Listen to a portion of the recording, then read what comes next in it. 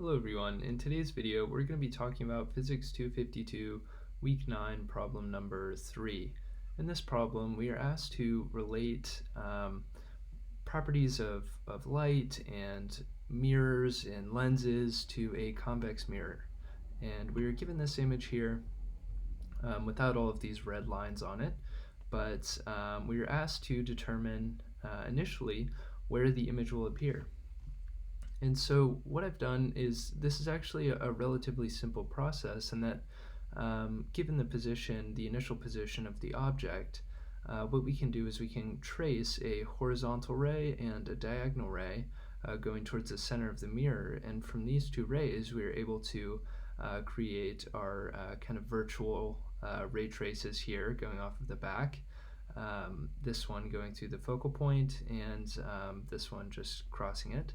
But at this point of intersection, this right here would be our image right here. So as you can see, just based on the size here, it's going to be a little bit smaller, but it's still going to be upright. So that is the answer to our next question here. It's going to be upright and it's going to be virtual.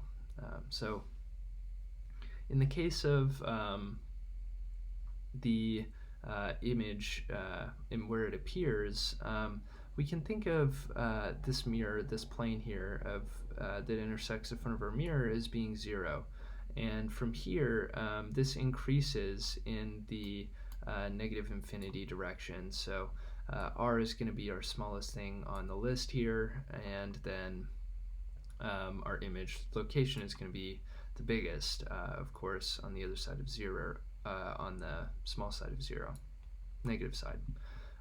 So in the case of our order here, we would have something like r, which is right here, is going to be smaller than f, smaller than the image, which is again our 0 point here.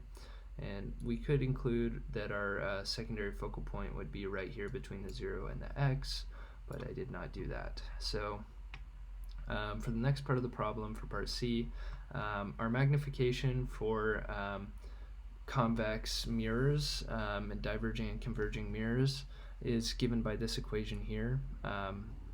It's more commonly written as m over negative s prime, or excuse me, m equals negative s prime divided by s, but in our case s is our the distance between the lens and the object, so I've just replaced it with x for our problem, but essentially we would be solving for the magnification of the image. But if we were to do that, we would know that the image would be diminished, the image would appear smaller, as we can see already based on the size of our image here,